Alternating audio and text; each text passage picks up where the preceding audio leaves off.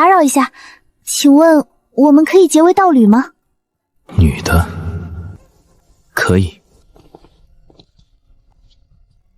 让你下山带个对象，你给我带回个合欢宗的妖女。哎，你个臭老道，谁说合欢宗的就一定是妖女了？师尊，您不是说要随缘吗？而他是第一个主动说要跟弟子结为道侣的人，弟子认为他就是弟子要等的有缘人。那你就偏偏要找一个合欢宗的吗？合欢宗天生善媚术，他跟着你图什么？定是要骗你双修，吸干你的修为。师尊，婉离他从未对我使用过媚术，而且他修为如此之低，就算对我用媚术也无用。不是，你们吵归吵，怎么还带人身攻击啊？罢了罢了，一切都是命。记住为师说过的话，一定要注意分寸，莫伤己身。是，你们下去吧。说来离谱，我和林墨尘结为道侣1个月了，连他的手都没摸过。外面都在传我吃得太好，可只有我知道，我什么也没吃到。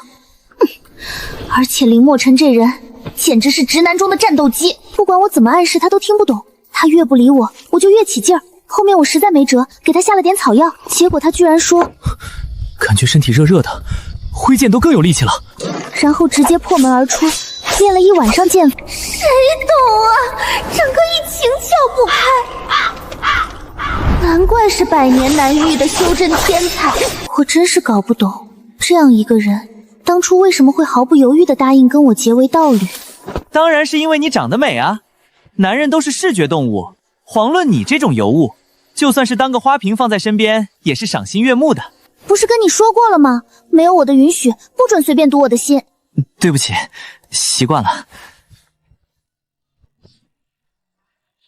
宗主说看你迟迟没有进展，让我来助你。这布袋中有一个傀儡，你只需将林墨尘一缕头发放置其中，再滴血其上，他便可任由你摆布。这太不讲武德了吧？不过我喜欢。宗主说了，那时他自会助你死遁。师妹，你也不想被炼成药丸吧？我实在是想不通，宗主跟林墨尘八竿子打不着的关系，为什么那么执着于阻碍他修炼进程？这我就不知道了，宗主不说，我哪敢问。好了，不跟你说那么多了，我赶着回去交差呢。祝你顺利哦，小师妹。晚上我坐在房中等待林墨尘授课回来，时值年关，仙门百家都可来剑宗听学，但合欢宗没有被邀请。毕竟众所周知，合欢宗以双修魅惑之术闻名，为正道所不齿。即便我和林墨尘已经结为道侣了，老登依旧反复叮嘱他，不宜与婉仪一同出入，有损清誉。这让我不禁想起了宗主平时提起这些所谓的正道修士时轻蔑的样子。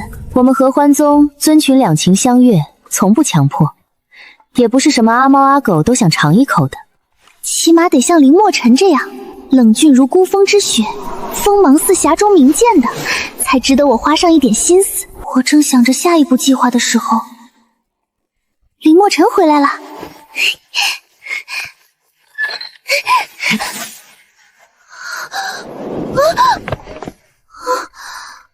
你想干什么？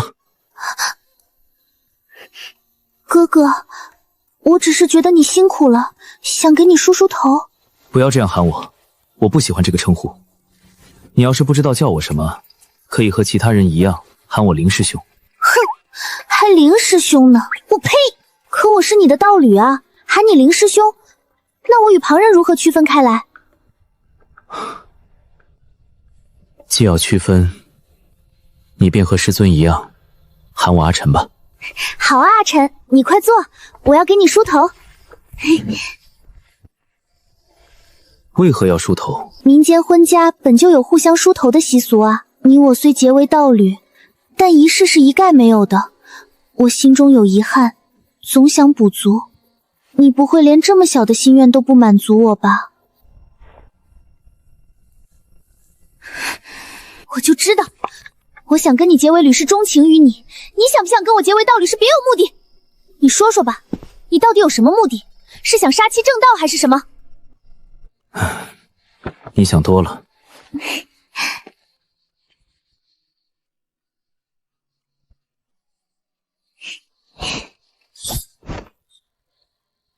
你这是作何？等，快松手！这也是民间笑曲习俗，结发为夫妻，恩爱两不疑。阿晨，我只是想补足这个仪式，你以为我想干什么？林墨尘警惕性很高，我自认不可能趁他睡觉把头发分好，索性等到了次日清早，他又去授课，才一咕噜坐起来。昨天剪头发时，我特意留了个心眼儿，故意将自己那一缕剪得长了些，这会儿只需要把长的挑出，剩下的便全是林墨尘的头发了。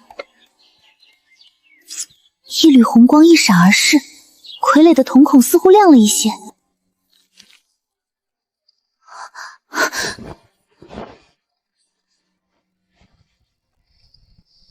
这一晚，林墨尘又在差不多的时间回来。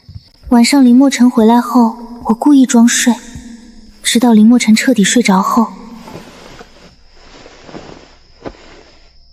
过来抱我。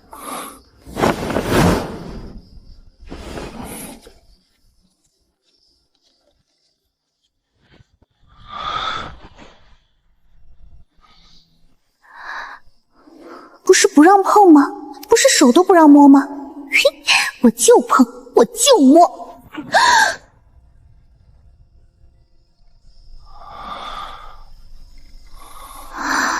吓我一跳。下一步应该干什么？亲我。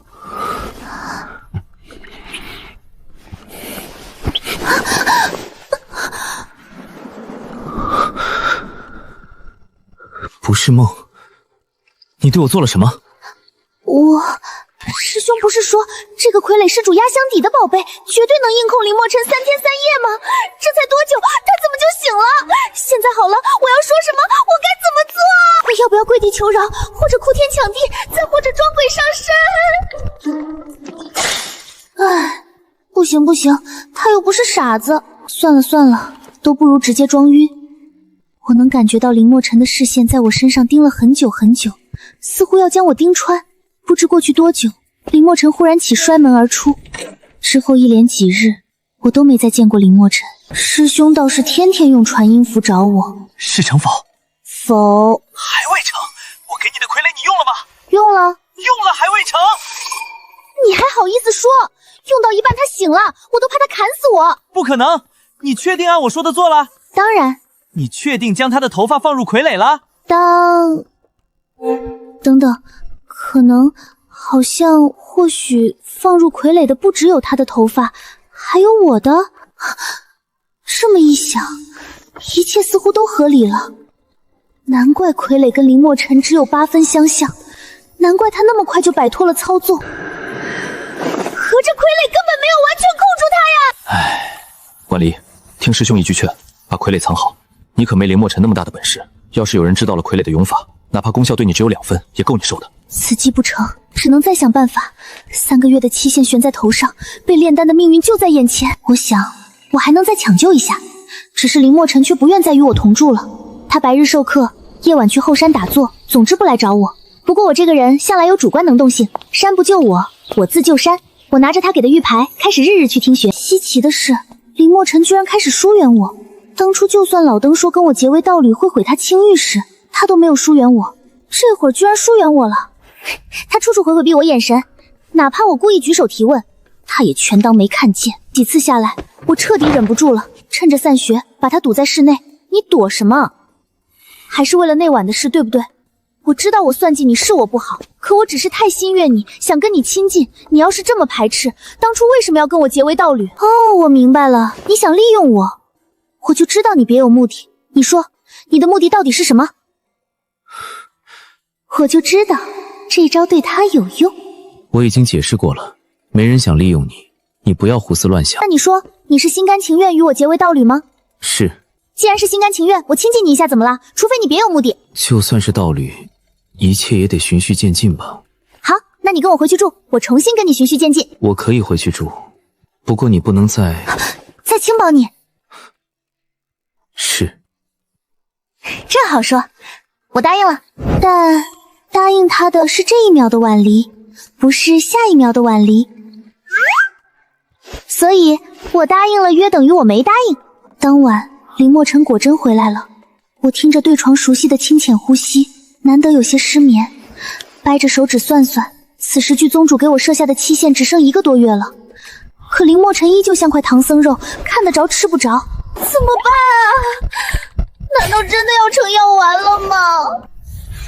就在这时，师兄又用传音符喊我。宗主嫌你速度太慢了，让我继续助你。你听好了，其实你上次差一点就得手了，也怪我没有提前跟你讲清楚。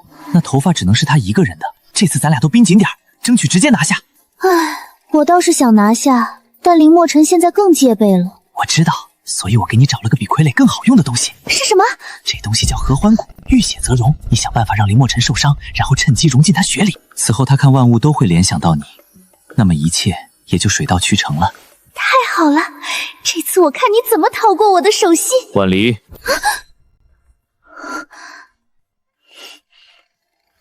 怎么了，阿晨？你果然未睡。我心里想着与你的关系迟迟没有进展，只觉得抓心挠肝，如何还睡得着？这些话是谁教你的？没有人教我，这就是我的心里话。你的意思是你天生会说这种话？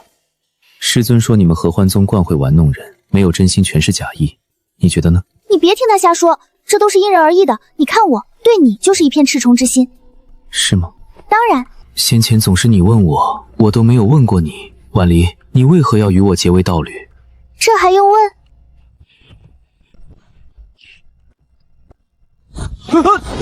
你这是干什么？你不是想跟我聊天吗？离那么远怎么聊？我一边铺着被子，一边让他往里去。其实我已经做好了被他扇飞的准备，但没想到林墨尘僵了几秒后，竟真的给我让开了位置，真是太阳打西边出来了。仙门百家哪个不知道你的名字？谁不想摘掉你这朵高岭之花？这就是你说的新月吗？不，新月不是摘花，而是保护花，这点我跟他们不一样，所以我是新月于你，他们只是垂涎于你。此话怎讲？摘花是看哪朵好看摘哪朵，摘了这一朵还有下一朵，可当你对一朵房生出呵护之心后，眼里就没有其他花了，这才是新月。林墨尘轻轻应了一声，也不知听没听进心里。从认识到现在，这还是他第一次与我说这么久的话，聊的还是情感相关。别激动，别激动，我知道你不喜欢被我碰，我没别的意思，也不是想轻薄你。我就是看你最近在教那些修士练剑，实在太辛苦了。那些人表面上崇拜你，要与你切磋，实则个个想将你拉下马踩在脚底，他们才不会对你收着手。快让我看看他们有没有伤到你。林墨尘的手终于顿住了，只是依旧僵得厉害。见他不再反抗，我一咕噜坐起，借着月光细细查看起来。这一看，还真被我发现了一道伤口。一般的剑伤不了我，他那把剑是神剑，伤口才迟迟没有愈合。这简直是困了就有人递枕头啊！伤口，这是伤口哎，崭新的还没愈合的伤口。区区小伤，不必担心。但我哪是担心啊？能，我纯激动好吗？没副作用吧？在我的催促下，师兄次日就将合欢骨送了过来。何谓副作用？就是除了能催化我们俩的关系外，不会给他的身体带来任何损伤吧？后续把骨解了，他的身体还能恢复原样吧？婉离，你都进合欢宗了，还这么有道德干什么？所以到底有没有嘛？没有。行吧，我知道了。我有点没搞懂，他中了蛊后，看万物都会想起我是什么意思？这个嘛，就是睁眼是你，闭眼是你，任何影子都像你绰约的身影，任何声音都像你低吟，风吹过都像你的手抚过。好了，小嘴巴，那就等你好消息了。这次我打算速战速决。恰好林墨尘这2日不用授课，终日在后山练剑。我去寻他，还带了一堆草药纱布。你这是？我来给你包扎伤口。区区小伤，不必如此。对你来说是小伤，对我来说可不是。退1万步来说，就算你只被草划拉了一下，我也会心疼的。有时我都佩服我自己是怎么想出来这么腻腻歪歪的话的。不过林墨尘依旧没动，我干脆上手去抓他的袖子。好在这次他并没反抗，赶紧把草药涂在他伤口上。一同混入的还有师兄给我的合欢蛊。缠好纱布后，我还顺手给他打了个蝴蝶结。这是什么技法？蝴蝶结是我们老家一种包扎礼物的方法。礼物？你是说礼品吗？快快解开！我是人，并非礼品。你怎么就不是礼物了？你明明就是老天爷送我的礼物。一派胡言！我算是发现了，修炼方面他或许是个天才，但感情方面就是个傻白甜啊！顺利把蛊种下后，我就找个借口离开了。我回到房中，掐着时间算他什么时候会回来。我知道林墨尘一定会回来很早，但没想到他会回来那么早。婉薇，你给我下了什么？什么？你在说什么呢，阿晨？别装了，你在那些草药里加了什么？我什么都没加呀，要不就在那儿放着呢吗？你想加什么，不如自己加。你一定加了东西，我的身体变得很不对劲。有没有可能伤你的那把剑上有毒，直到现在才发作？不可能，那人不至于如此卑鄙。不是，合着就我卑鄙了是吧？真的不是你吗？你说你不对劲，到底是怎么个不对劲法呢？不如你跟我说说，说不定我有办法帮助你。你说啊。我感觉我睁眼闭眼，有声无声皆是你，这太不正常了。这有什么不正常的？我这么漂亮的女修，你看上我简直太正常了。你的意思是，我心悦于你？是啊，心动的降临本来就是猝不及防的，你只需跟随你的心就行。可这种感觉太强烈，太突然了，是这样吗？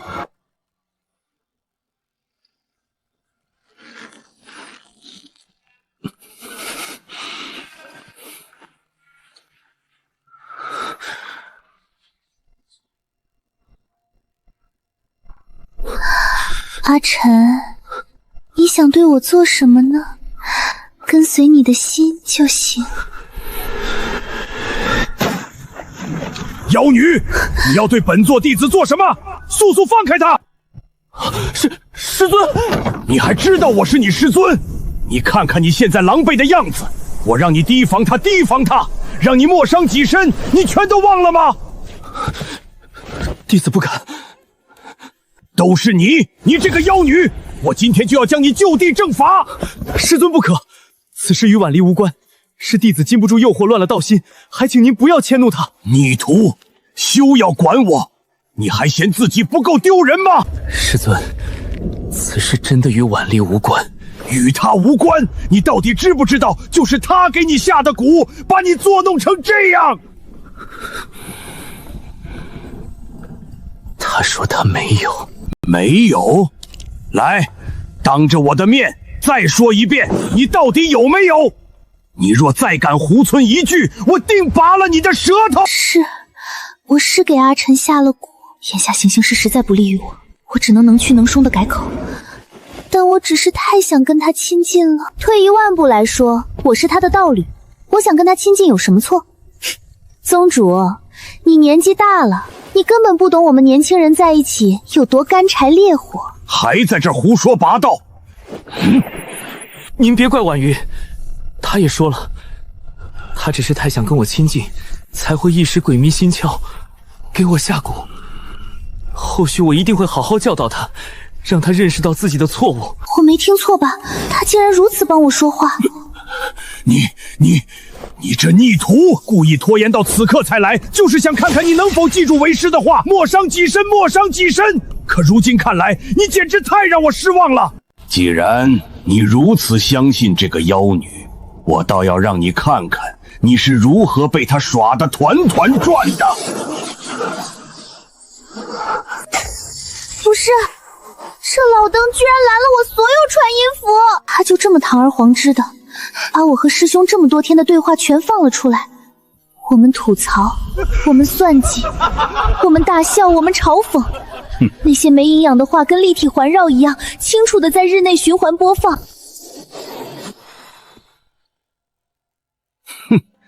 我早跟你说过，他们合欢宗没一个好东西，只会玩弄别人的感情，根本没有真心。你不信，如今跌根子了吧？若不是为师一早便怀疑他、监视他，你如今已经成了他的玩物，多年清修毁于一旦，你知道吗？师尊教训的是，还不快把解药拿出来！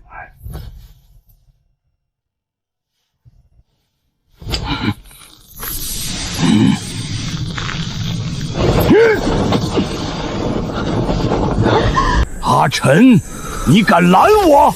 弟子不敢。那便让开！师尊，是想杀了挽留吗？若不拿他杀鸡儆猴，合欢宗日后只会更加肆意妄为，拿我剑宗弟子取乐。可是师尊，你还记得弟子为何要与婉仪结为道侣吗？师尊与弟子在意之事尚未完成，弟子修行依旧未有所突破。若现在杀了他，岂不是这么久都在做无用功？今日之事，你吃一堑长一智，万不可再被这妖女迷了心智。阿晨，不必说了。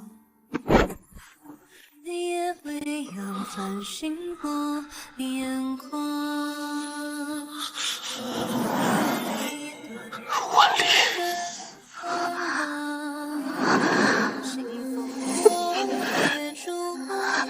很快，师兄就发现传声符联系不到我了，他又费劲溜进剑宗与我会面。贼还是他们这些老的贼，我们倒成他瓮中捉的鳖了。师兄，你把自己比作鳖就行了，倒也不用加我一起。你还有心思跟我调笑？那不然呢？你不怕被宗主拿来炼丹了？师兄，宗主真的会拿人来炼丹吗？他是不是用了夸张的手又如此啊？夸张？不，你跟宗主相处的太少了，所以不知道他这个人吧，真的很奇怪。正常的时候挺正常的，不正常的时候真的很不正常。你这不等于没说。我的意思是，他不正常的时候是真的偏执疯魔，什么都干得出来。好吧，这下真要成药源了。我已经连续失败2次了，而且这次与第一次不同，这次我能很明显的感觉到林墨尘的疏远带着前所未有的冰冷情绪，犹如一堵骤然砌起的墙，横亘在我们之间。这种情况，除了继续刷存在感，似乎也没有更好的办法了。我又开始日日去听学，谁懂？没穿越前我只要上早8，现在我居然要上早6。然而早6也没用，林墨尘还是把我当空气。时间久了，旁的修士们也渐渐察觉到不对劲儿，有暗恋林墨琛的女修竟然再次死灰复燃，大张旗鼓地追求他，又是表白，又是送发簪。巧的是，那会儿我正好和一群修士去听学，我们站在门外，清楚地看见了他示爱的全过程。一时间，所有人或怜悯或同情的目光全都投向了我。我已经有道侣了，你不知道吗？有道符也可以解除啊，更何况明眼人都看得出来，林师兄你已经对合欢宗那妖女深恶痛绝了。我相信你跟她结为道侣，一定有你难以言说的苦衷。我不介意，我完全理解你，我会一直等你。都傻站着干什么？进来吧。我走在最后，坐下来时，看见林墨尘将女修送的簪子放在了桌角，心里不知为何有些酸酸的。臭渣男，我们还没离婚呢，你就收别人的定情信物，你让我的脸往哪儿搁？经此一事后，那些曾经看在林墨尘的面子上，对我还算客气的修士们，都觉得他已对我失去兴趣，又渐渐变得肆无忌惮起来。世道真是变了，合欢宗的人也好意思出来听学了？谁知道他是不是听学？说不定醉翁之意不在斗，是来物色双修对象呢。还物色？一个灵师兄还满足不了他吗？我们是合欢宗，又不是青楼，我们也是正经修炼的。即便双修，也讲究你情我愿。别的不说，你们有林墨禅高吗？有他帅吗？有他强吗？我放着他不要去勾引你们，我是脑壳里长包还是眼瞎啊？岂有此理！你一个妖女还敢嫌弃我们？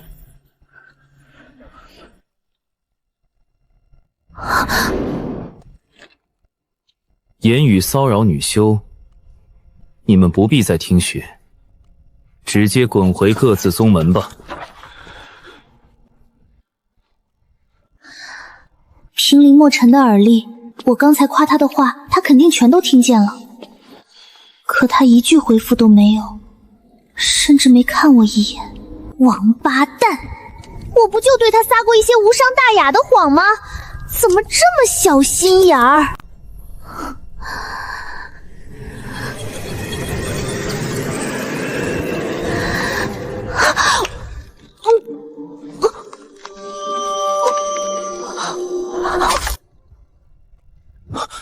婉幽，你怎么了？不好意思，不好意思，我不小心咬到自己了。不好好听讲就滚出去！哼！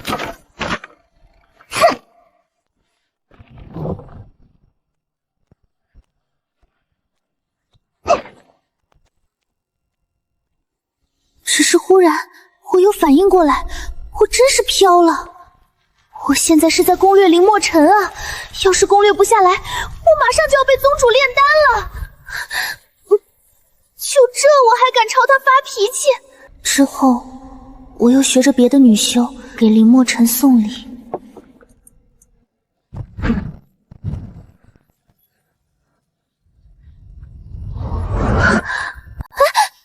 这是我亲手做的簪子，你不想要也别糟践我的心意啊！你亲手做的，婉瑶，你以为我没看见你用2个灵石直接从人家头上买走了这只簪子吗？不是，他怎么无处不在？他到底在哪儿偷看我啊？怎么我买个发簪他都知道？那就算簪子不是我做的，灵石总归是我的吧？这怎么就不算我的心意了？好一个心意，婉薇，你嘴里真是没一句真话。我没想骗你，我就是太想跟你和好了，可你一点机会都不给我，我没辙了，才学别人送簪子。我真的尝试自己做了，可我手太笨了，实在做不出来，才出此下策。下次我做不出来也硬做，肯定不拿买的烂鱼充数了。你别生气了好不好？我不是生气。你不生气就好。我确实不生气，我只是对你失望，失望至极。没人喜欢被欺骗，婉薇，你口口声声想跟我和好，却还在用各种花言巧语骗我。你一点也不笨，相反，你很聪明，你太聪明了。那我以后不骗你了，你能跟我和好吗？和好了，然后呢？见我长久沉默，林墨尘似乎一点也不意外，他又淡淡的瞥了我一眼，重新向外走去。不知道为何，我忽然非常心慌，好像我这次不拉住他，就永远不可能拉住他了一样。阿晨，你等等，你总说我骗你，但你就没有骗我吗？你口口声声说跟我结为道侣没有任何目的，但你以为我不知道你想利用我吗？而且我跟师兄在传声府里聊的东西，你不是全听见了吗？那你应该知道，我骗你只是为了活着。我要不这么做，宗主就会拿我炼丹。可你呢？你是天才剑修，没有任何人敢威胁你。我骗你是被动的，你骗我是主动的。在这点上，我情有可原，你才是情无可原。我都没有指责过你，你凭什么指责我呢？说完了。我并非想指责你，只是不知该如何回应你。婉离，你从来只管风乍起，根本不管吹着一时春水。人非草木，从前我不知道真相，被你哄得团团转也就罢了，可现在明知你亲近我到底是为何，明知那些情话都是假的，还要让我回应你亲近你，哼，这是否太霸道，太残忍了一点？不是，我们不是在吵架吗？怎么突然感觉像表白了？这种急功近利、别有目的的渡劫方式，显然是行不通的。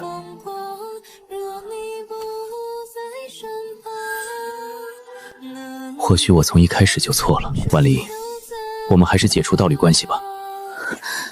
我被赶出剑宗了，林墨尘甚至送都没来送我，直接让几个师妹把我抬了下去。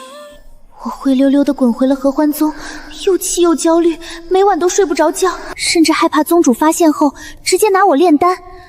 我每天都昼伏夜出，活得像个阴暗的老鼠，气杀我也！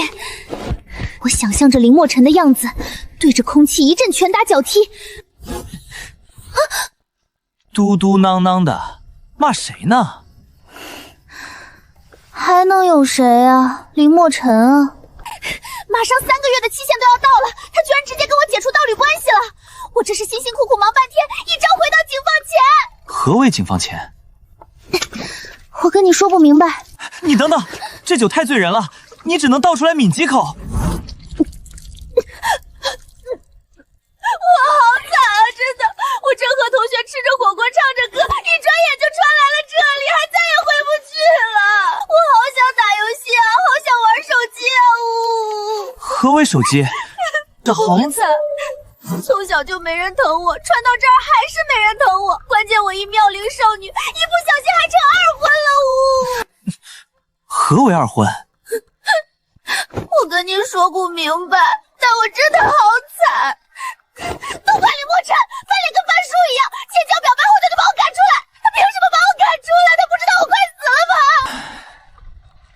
傻师妹，你这是喜欢上他了，不过你可千万别让宗主知道你喜欢上了一个剑宗的人啊！喜欢？不对，我是说过喜欢林墨尘，但那都是逢场作戏，是骗他的。要么说你傻，你连自己的心都读不懂。我问你，你现在最生气的事是什么？死林墨尘把我赶出来，我都求他了，说宗主会把我炼丹，他还是不管我死活。那你最伤心的事是什么？死林墨尘把我赶出来，不管我死活。你看，你最生气、最伤心的事都跟他有关，你所有情绪被他牵动着，这不是喜欢是什么呢？是吗？平时看着你挺机灵的，怎么一遇到事儿反而变迟钝了？你知不知道我现在读你的心思全是林墨尘，林墨尘，林墨尘，简直吵得我脑瓜子疼。真的假的？这不对吧？我喜欢他，他也喜欢我，那我是怎么被他从剑扫地出门的？这我也想知道。你再把那天发生的事跟我讲一遍。好，婉离，你真的没缺根筋吗？人家都暗示你好多遍了，你但凡说一句，你虽然在接近他的目的上有所隐瞒，但说的情话是真的，对他的情意也是真的，他就能说服自己原谅你。你倒好，不该说的时候滔滔不绝，该说的时候又沉默。你一口一个林墨尘情窍不开，我看情窍不开的是你吧？那我现在应该怎么办啊，师兄？快去找他说明白啊！好。不过不出所料的，我吃了个闭门羹。他压根不愿意见我，也不准任何人帮我传话。我在山下守了3天3夜，连他一根头发丝也没见着，心里的那点自信和期待逐渐被打击得无影无踪。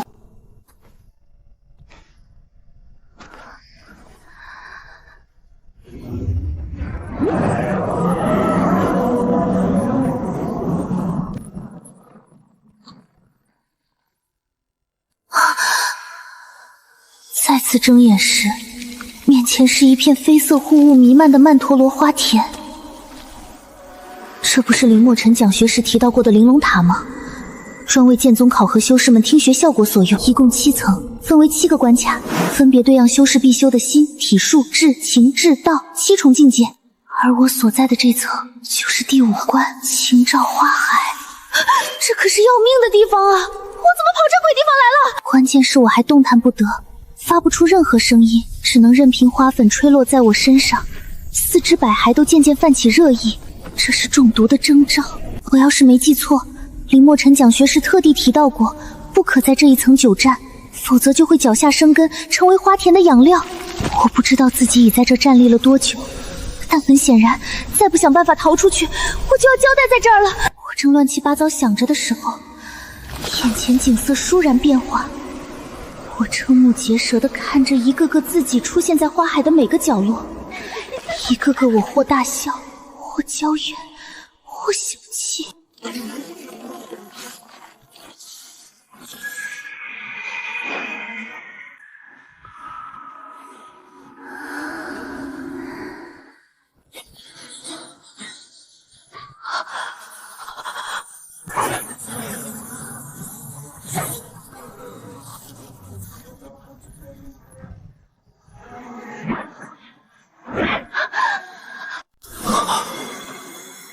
婉离，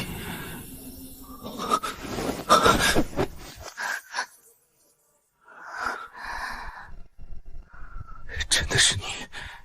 你怎么在这儿？你先出去，我没了这个圆球，只有通过全部关卡才能出塔。不过我会尽快的。你出去后要是能动，就赶紧找个地方躲起来，我会去寻你的。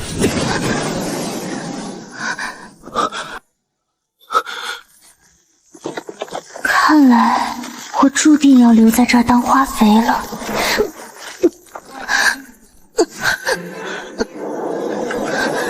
既如此，我便破了这个塔。要么我们一起出去，要么我陪你死在这里。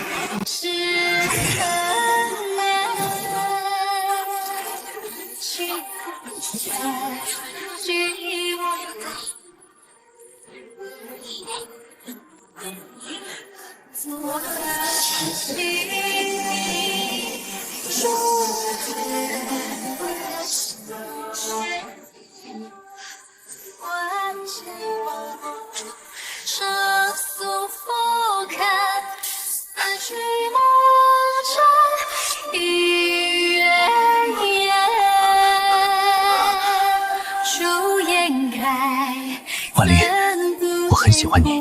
从吻了你的那晚后，我几乎夜夜梦见你。即便你没有对我用火轰，迟早会有一天，我也会况万物皆是你。我从没想到自己还能从塔里出来。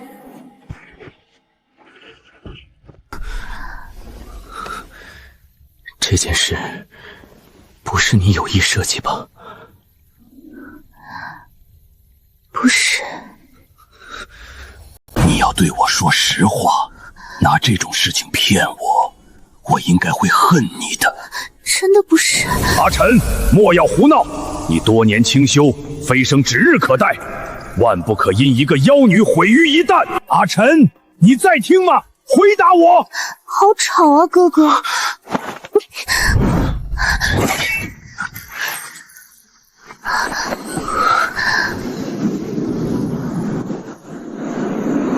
第4天傍晚，不知宗主从哪儿得到了消息，竟直接找来了剑中。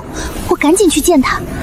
到那儿时才发现，臭老登居然也在，而且他和宗主似乎是旧识，正在那儿针锋相对。直到这时我才知晓，宗主竟和这臭老刀有过一段过往。那时候的他，嘴甜的简直能掉下蜜来。见过他们的，谁不感叹一句神仙眷侣？可是后来，没人能想到老登竟趁宗主不备，想要一剑叠裹了他。宗主这才明白，这人之所以对自己好，只是想杀其正道，续他的正道，续他的长生。从那后，宗主就黑化了，创立了合欢宗，玩弄男人，游戏人间。好徒儿干得漂亮，回去就给你夹鸡腿。你这妖女简直欺人太甚！你不是做梦都想飞升吗？如今自己飞升不了，又把希望寄托在徒弟身上，让他练什么童子功，我还偏要碎了你这美梦！气死你，气死你！婉离怎么了？乖徒儿，快过来，离他们这些虚伪的剑师远一点。宗主，哎呀，有什么话回去说，我得好好跟你聊聊。听说你是以身犯险才得到他，你真是太厉害了，不愧是我的徒弟。婉离，你不是说你对玲珑塔的事毫不知情吗？我确实不知情啊。婉离，还不过来？你可不要告诉我，你真的喜欢上他了。最后这件事，以林墨尘跟我回了合欢宗作为终结。宗主每天都在给他甩脸色，出门更是到处宣扬他找了个剑宗赘婿。看着他那样，我这心里真不是滋味。原本飞升指日可待的剑门首徒，如今却被钉在赘婿2个字上。对不起啊，跟着我让你受委屈了。林墨尘倒是无所谓，很平静地接受了赘婿这个身份。只有老登受不了，跑来劝了数回，想让他回剑宗。虽然你现在不是清白身了，但刻苦修炼还是有机会飞升的。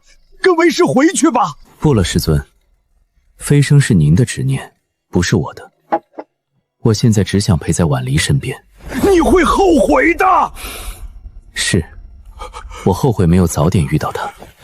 你怎可如此对我？我可是你师父，我教导你多年，你就这样回报我？正是因为我感念您的教导之情，才没有直接将您扫地出门。您先前做的那些不仁不义之事，还有不久前差点置婉离于死地的事，都要我一一明说吗？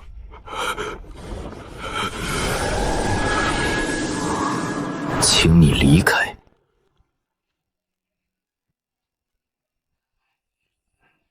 婉离，话说的这么决绝，真的不打算回剑宗啦？